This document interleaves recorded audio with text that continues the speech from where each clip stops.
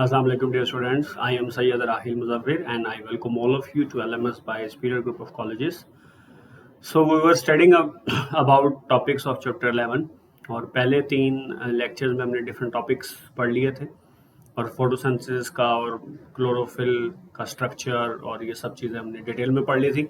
आज का जो हमारा जो टॉपिक्स हैं वो 2 टॉपिक्स हैं। एक है रिएक्शंस ऑफ फोटोसिंथेसिस, एक छोटा टॉपिक है, उसमें ब्रीफिंग है अबाउट फोटोसिंथेसिस और फिर एक डिटेल पार्ट है that is light dependent reactions.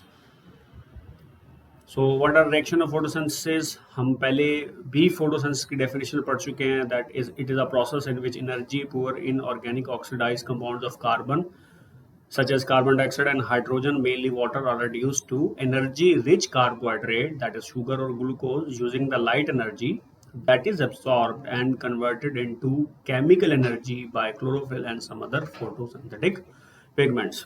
So this is the definition of photosynthesis. Here is the equation or the reactions explaining photosynthesis. Here you can see that carbon dioxide is reduced into glucose carbohydrate by the addition of protons. And when water loses its proton, it releases oxygen. So actually photosynthesis को हम redox reaction भी बोलते हैं because इसमें किसी जगह पर oxidation हो रही है, किसी जगह पर रिडक्शन हो रही है। और ये जो इक्वेशन शो की भी है ये इतनी सिंपल प्रोसेस नहीं है, ज़्यादा लेंथी प्रोसेस है। बस उसको सम अप किया हुआ है, समराइज किया हुआ है कि जब कार्बन डाइऑक्साइड में हाइड्रोजन ऐड होता है तो उसकी रिडक्शन हो जाती है, जब वाटर में से प्रोटॉन निकल जाता है तो loss of proton is also known as oxidation. तो ये एक इक्वेशन है।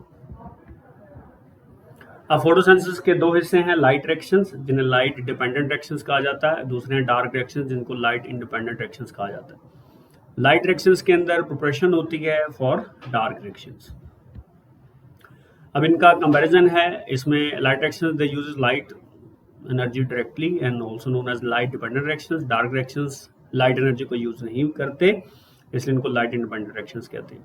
लाइट रिएक्शंस के अंदर लाइट एनर्जी को केमिकल एनर्जी में कन्वर्ट किया जाता है और एज अ रिजल्ट 2 मॉलिक्यूल्स मिलते हैं, एटीपी और NADPH2। एटीपी के अंदर एसिमिलेटिंग पावर होती है और NADPH2 में रिड्यूसिंग पावर होती है। और जो डार्क रिएक्शंस हैं ये दिन और रात दोनों में हो सकते हैं। डार्क रिएक्शन सिर्फ इनका नाम इसलिए रखा गया ताकि लाइट रिएक्शन से इनको डिफरेंशिएट कर सके। अगर तो एटीपी और NADPH सेल के पास मौजूद है तो चाहे दिन हो चाहे रात हो डार्क रिएक्शंस हो जाएंगे। लेकिन अगर एटीपी NADPH इन दोनों में से कोई चीज़ नहीं है तो ऑब्वियसली ये रिएक्शंस पॉसिबल नहीं है। एटीपी केमिकल एनर्जी प्रोवाइड करता है जबकि NADPH2 एनर्जाइज इलेक्ट्रॉन्स और प्रोटॉन्स प्रोवाइड करता है और शुगर मॉलिक्यूल सिंथेसाइज्ड हो जाता है by using a chemical energy and energize electron and protons from NADPH2 और इस तरीके से ग्लूकोज अपने अंदर एनर्जी को स्टोर कर लेता है। और जब ये ग्लूकोज को लिविंग सेल यूटिलाइज करेगा और ग्लूकोज में जो कार्बन हाइड्रोजन बॉन्ड्स हैं जो ब्रेक होंगे तब तो उसमें से एनर्जी यूज निकलेगी और एटीपी बन जाएगी। सो ये एक ओवरव्यू है, ये बुक की डायग्राम है, दिस इज अ क्लोरोप्लास्ट। अब देखेंगे ये लाइट रिएक्शंस हैं और ये डार्क रिएक्शंस हैं। लाइट रिएक्शंस के अंदर फोटोसिंथेटिक पिगमेंट्स यूज होते हैं जो कि फोटोसिस्टम्स की फॉर्म में होते हैं। फोटोसिस्टम 2 है, 1 है, इलेक्ट्रॉन ट्रांसपोर्ट चेन है, लाइट पड़ रही है, वाटर इसके अंदर से ऐड हो रहा है, एटीपी NADPH बन रही है, एटीपी NADPH फिर डार्क रिएक्शन में जा रहा है, डार्क रिएक्शन में से अल्टीमेटली ग्लूकोज और सुक्रोज बन रहा है और दूसरे कंपाउंड्स बन रहे हैं उस ग्लूकोज से। और ये एक ओवरव्यू दिया गया है केल्विन साइकिल का। और जब एटीपी और NADPH केल्विन साइकिल में यूज हो जाएंगे तो दोबारा से NADP और ATP बन जाएगा, दोबारा से रीजनरेट होने के लिए लाइट रिएक्शन में जाएंगे। तो इस तरीके से ये साइक्लिक मैनर के अंदर ये प्रोसेस शो किया गया। नॉन लाइट डिपेंडेंट रिएक्शन जिनको लाइट रिएक्शन भी कहते हैं। अब जो फोटोसिंथेटिक पिगमेंट्स हैं वो क्लस्टर्स की फॉर्म में ऑर्गेनाइज होते हैं। इन क्लस्टर्स को बोलते हैं फोटोसिस्टम्स। हर फोटोसिस्टम के 2 पार्ट्स हैं, एक एंटीना कॉम्प्लेक्स है, दूसरा रिएक्शन सेंटर है। और दूसरा लाइट रिएक्शन में phosphorylation. Phosphorylation means addition of phosphate and almost in every case addition of inorganic phosphate results in the formation of ATP. So हम फॉस्फोरिलेशन को कह देते हैं कि ATP बन रही है।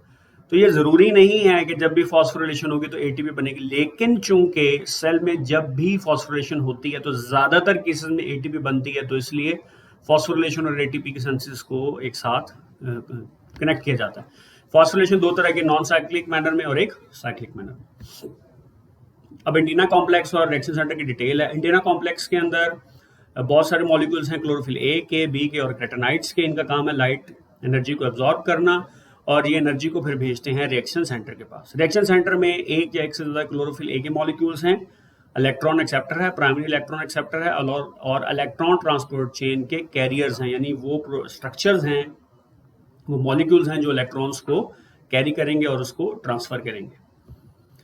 फिर उसके बाद टाइप ऑफ फोटो सिस्टम दो तरह के हैं। फोटो सिस्टम 1 है जो कि मैक्सिमम 680 नैनोमीटर की वेवलेंथ को एब्जॉर्ब करता है, और फोटो सिस्टम 2 है जो कि मैक्सिमम 700 नैनोमीटर की वेवलेंथ को एब्जॉर्ब करते हैं। ये एक डायग्राम है फोटो सिस्टम की, कि ये प्राइमरी इलेक्ट्रॉन एक्सेप्टर है, ये रिएक्शन सेंटर है क्लोरोफिल का, और ये ओवरऑल मिलकर रिएक्शन सेंटर बनाते हैं। एंटीना पिगमेंट के मॉलिक्यूल्स हैं, फोटोन पड़ता है तो एनर्जी इस तरीके से ट्रांसफर होती है towards primary electron acceptor. Non cyclic photophosphorylation है। फोटोफॉस्फोरिलेशन इसलिए बोलते हैं बिकॉज ये phosphorylation in the presence of light हो रही है, और चूंकि ये नॉन साइक्लिक मैनर में है और ये जी तरह का स्ट्रक्चर जिग जैग मैनर में मूव करती है, जेड शेप नहीं बनाती, जिग जैग मैनर में मूव करती है, अब हम देखेंगे, तो इसलिए इसको जी स्कीम भी कहा जाता है। ये एक डायग्राम है बुक की कि ये फोटो सिस्टम 2 है, ये फोटो सिस्टम 1 है, इसका एनर्जी लेवल इसके मुकाबले में ज़्यादा है।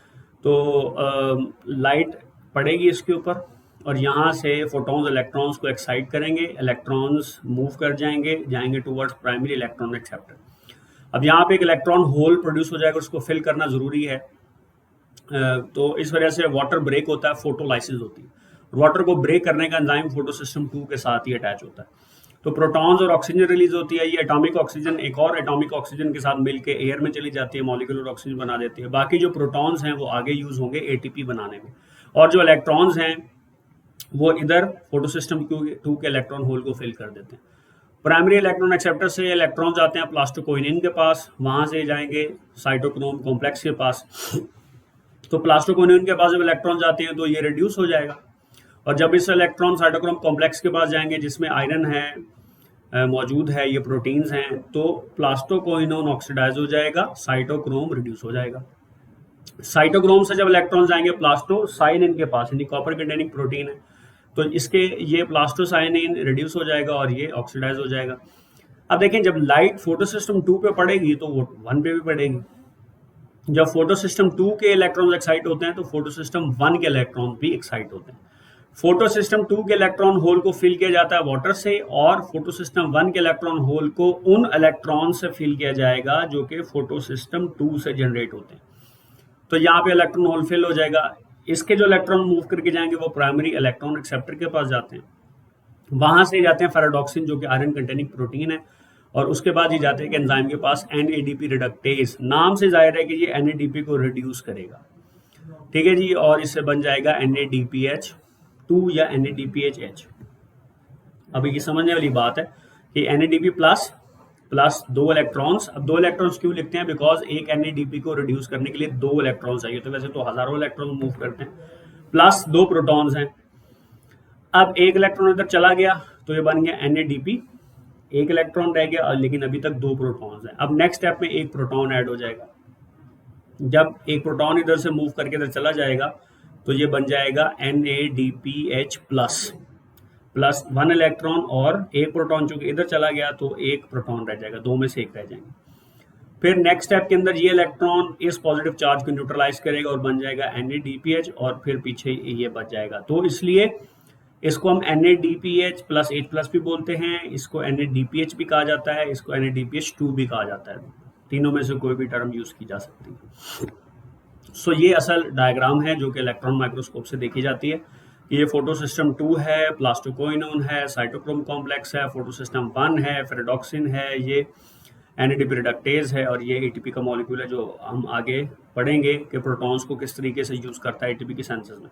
अब आप देखो कि इलेक्ट्रॉन मूव कर रहा है जिग-जैग मैनर में, इसलिए इसको जी स्कीम भी कहा जाता है। ये एरिया स्ट्रोमा है और ये एरिया है थैलाकॉइड इंटीरियर स्पेस, जिसको ल्यूमन कहते हैं। ल्यूमन इसलिए बोलते, देखें अगर आप गौर से देखें, ये एक मेम्ब्रेन है और ये एक मेम्ब्रेन है, इसके दरमियान की जो स्पेस है इसको बोलते हैं ल्यूमन या थैलाकॉइड इंटीरियर स्पेस। तो आई होप के आपको ये समझ आया होगा। और इंटरेस्टिंग है टॉपिक्स, इसको ज़रा गौर से पढ़ेंगे तो आपको ये स्केच याद रहेगा इंशाल्लाह। फिर आपसे अगले लेक्चर में मुलाकात होगी। अपना ख्याल रखिएगा। अल्लाह हाफ़िज़।